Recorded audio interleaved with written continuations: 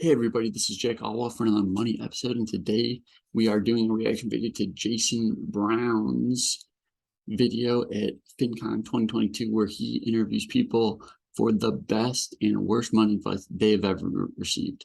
Let's get to it. But before we do that, please like and subscribe to help the YouTube algorithm, because this little fella says so. Before we get to the video, Jason Brown wrote this book, It Is Possible. I read it, and my brother and I discussed it on the Brothers and Books podcast. I'll link to that in the comments. It's a great book on how to go to school without debt, and he worked his tail off to do it, and you definitely can if you want, but people need to start thinking about their education as an investment and do the due diligence when they're looking to go into school. So with that, let's get to the video. I thought, what a cool place to talk to all the money nerds. This is the place where the money nerds unite. There's about 2,000 money nerds at this conference. So I thought it would be a cool opportunity to ask people their best money advice and their worst money advice. So let's go see what they have to say. Hey guys, this is Jay Money, budgetsaresexy.com. One of the pieces of advice I like to give is my favorite is to always track your net worth. Always know what assets you have, debt, and the difference is your net worth number. And that to me, like, changed my mind, changed my money, knowing what that is, knowing what I could work towards, and every month tracking it and seeing it hopefully go up if I'm doing a good job. But it's also nice because if you're working on either the equation savings, it tracks, and even if you're paying off debt, it'll still show up in that number. So that to me is like the number one thing I advise everyone to do. Even if you don't want to budget, I'm a budgeting guy and I have a budgeting shirt on. Net worth is a lot easier to do and quicker. So maybe start there if you don't even care about budgeting. Yeah, so when I started tracking my net worth, my life totally changed. Well, at least my financial life really changed, because I started tracking in, I think, mid 2019. And since then, my net worth has almost tripled. And it's amazing because there's that quote, whatever gets measured, it gets managed. And it is totally true. Because when you start keeping track and start being more conscious of your money decisions and how you can use debt to benefit you, how to use other assets, and it's a game changer. So good advice. One of the pieces of advice I hate hearing, because it's just, they put it everywhere, is to own a home. It's totally cool if you want to own a home and if that works with you, but a lot of people don't. They don't have the money, they don't have the resources, and it's a lot of work and lifestyle too. If you like to float, if you like freedom, owning a home takes a lot of stuff, a lot of maintenance, a lot more money. So don't just blindly do something because everyone's telling you that's the next step.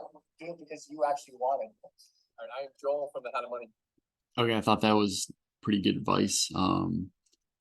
I bought my house that I live in 2017 as a house hack, and that was the intention of it. And now that the roommates are gone and my wife has moved in, I do feel like it's a strain on our financial life a little bit, just because it's almost too big of a house for the two of us, and it's a lot to maintain. You gotta cut the grass, collect the leaves.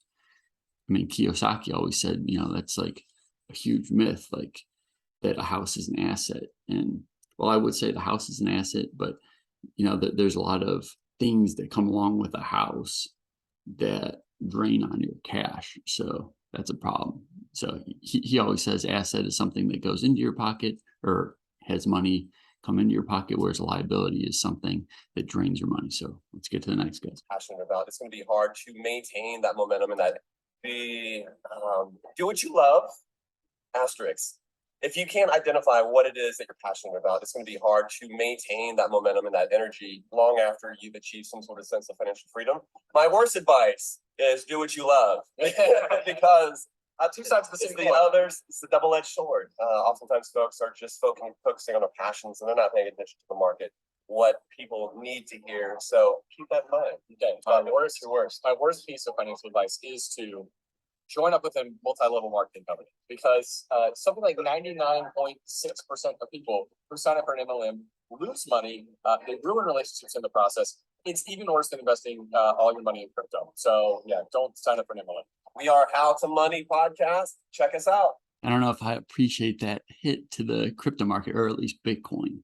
But yeah, the MLM stuff is crazy. I don't know if any of you have experienced this, but I used to go study and read at Starbucks, and I would constantly be approached about these multi-level marketing schemes. It's always like the same pitch. They say like, yeah, I know this young couple, they're financially free, they got instructions and mentored by this, 80 something year old who's got so much money and figured out ways to create financial freedom. And he's meeting with me, once or twice a week, and I have to drive like an hour to go see him. He's so great. It's totally worth the time. And yeah, I would definitely stay away from a lot of those schemes. Hey, I'm Jason Brown. What a great name you have. From the brownreport.com, and the best financial advice that I've ever gotten is that your money can work harder for you than you can work for it. When you think about it, your money doesn't need sick, it doesn't take vacations, doesn't need time off. The worst financial advice that I've gotten is that options are risky. But if you think about it, if you invest in the stock market and you don't use options, the only thing you know is to buy low and sell high. What happens when the market goes sideways and down? Well, options can help you make money when the market is not going up, but when it's going sideways and down. So you'll have an opportunity to make money all three ways at the market. Here. Dude, I love this. I mean, I love options, number one, and I feel like people do not talk about this enough in personal finance. Like for stocks that you own, if you put in a limit order, you're not getting paid for waiting. So if the stock's at like $100 and you put in a limit order at like 105 for the next month, like you want to sell at 105, like you don't get paid just for that limit order. Why not sell a call at 105 and at least get paid in case if it goes down again? I mean, it can be a big cash flowing thing. It's just like collecting rents on a house. So collecting premium on stock you own. I love that he said that options are risky is his worst piece of advice. I mean, they can if you're not protected, but they can be very volatile and do a lot of damage, but they can be a great tool. I mean, you got to remember they were created to offset risk or mitigate risk. Here at FinCon 2022. My name is Barbara Sloan. I am the author of Tips, the life-changing guide to financial freedom for waitresses, bartenders, strippers, and all other service industry professionals. The best financial advice I have is that shame is not welcome at your personal finance party. You should never feel shame about the things that you want.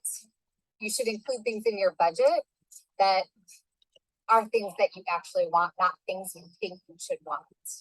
The worst financial advice I actually really like that advice. And like a couple months ago, we started like upping our fun category, like in our budget. I haven't been budgeting for that long, honestly.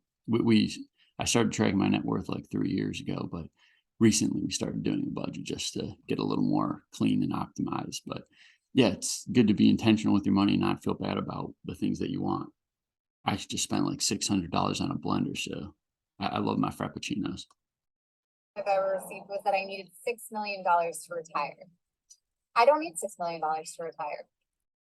So check out my book, Tipped Finance, at Tipped Finance on the social. And If anyone follows the 4% rule, I mean, $6 million, that's someone that's living off of like $240,000 a year. If you go by that 4% rule, I mean, that's $20,000 a month in living expenses. I don't know if you really need to be spending that. It sounds like a fun life, but yeah, $6 million, not for me at least. I don't need that. Best investment advice, figure out first why you want the money in the first place. If you don't know the why, it doesn't matter how much you have, you'll always keep chasing more. So figure out why you want the money. What is your awesome stuff?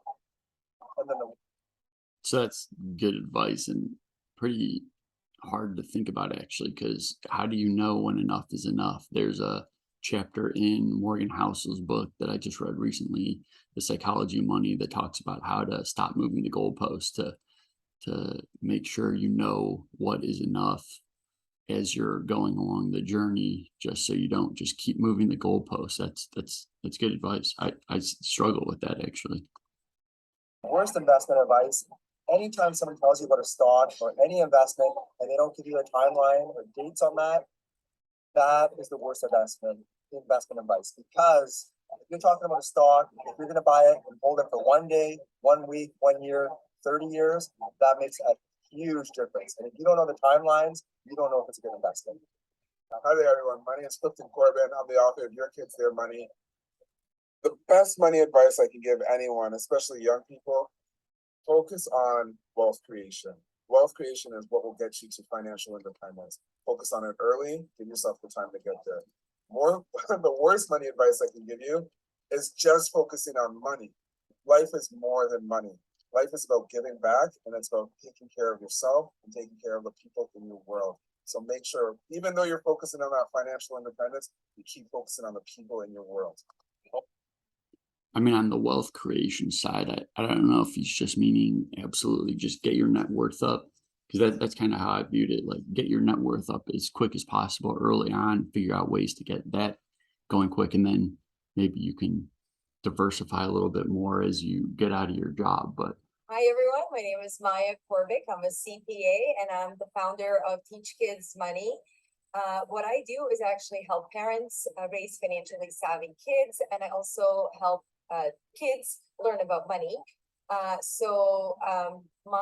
best advice that I ever received, or the best thing that I heard about money, had to do with creation of passive income. This was not something that I learned as I was growing up, because I learned the traditional thing that we have to go to school, get our degree, and then work 9 to 5, essentially exchange our time for money. So for me, it was like this whole new world opened up when I learned about passive income. One of the books that really changed my life was Robert Kiyosaki's Rich Dad, Poor Dad. And then from there, I kind of started reading everything I possibly could about passive income, not only investing in stock market and real estate, but also creative passive streams of income, like creating my own digital products and selling them. And one of my favorite things is when I actually receive an email in the morning when I wake up and I see that I actually made money from some of the passive income. So I am actually trying to teach this to my own children. I have 2 teenagers, and I love teaching this to my students. So the worst thing that I have heard about money, or I would say like, it's not necessarily the worst thing I've heard about money. It's more that something that's widely accepted in our society, and it's the presence of debt, that it's okay to have debt. A lot of us assume that it's okay to have debt to go to school, or a lot of us think it's okay to have debt because, we want to drive the latest cars. Debt, in my opinion, is okay when we take it on in order to create more income or increase our net worth. But otherwise, my advice to my kids and my students is not to take it on, or if we do take it on, to pay it off as quickly as possible, to have a debt repayment plan, to refinance it to get the lowest possible rate. But if we do also have it, like if we can just like pay it off in full, for example, was for credit cards, pay it off at the end of the month so that we're not incurring any interest charges, which unfortunately a lot of people think is the norm, that it's okay to pay off the minimum payment only, and then pay the interest on the rest. So yeah, I mean, Rich Dad Poor Dad, I already mentioned Kiyosaki a little bit earlier in his views on assets versus liabilities. And yeah, I think her advice is good, and passive income is great, and it's definitely a game changer. And if you can use debt to create more passive income, I'd say as long as doing it within reason and not getting leveraged like crazy, I'd say it's okay. Oh, look who's coming here. I think we're wearing the same shirt, actually. Look at that. My name's Jack Allweil. I'm a host on the Brothers on Books podcast. The greatest piece of financial advice I've received is it's not about timing the market, it's about time in the market. There's a reason Albert Einstein called it the eighth wonder of the world. So study compound interest, and those who understand it earn it, and those who don't pay it. So think long term, and if you devote time to understanding uninterrupted compound interest, it won't disappoint you. And the work. Yeah, when I say time in the market, I just mean like time invested. I don't mean specifically like invested in the stock market per se, but yeah. We go through a lot of that on like the whole life policies and banking on yourself and uninterrupted compound interest. But it's just investing in general. You just don't want to be knocked out. Basically, the longer you can go without getting knocked out, you'll be pretty okay. Worst piece of advice, I don't know if it's really advice, but it's just this like notion that, you know, you work so hard, so you can, you know, go and spend it. So it's kind of like, kind of encouraging that life and style creep that Life in style. I was caught between lifestyle inflation and I think lifestyle creep. I said life in style. life and style inflation. And if you just keep spending more money, you'll never create that buffer of freedom for yourself. All right, there you have it, folks. A lot of very interesting and entertaining thoughts about money from all the money nerds here at Freedom Talk 22 in Orlando, Florida. I hope you learned something from that because I know I certainly did. So until next time, this is Jason Brown from very hot, very muggy, and very rainy Orlando, Florida. Thanks for tuning in. Down the road. Cool. So that was a good video. Thanks, Jason, for putting that together. And let me know what you think the worst and best money advice is that you've received. I'd love to hear.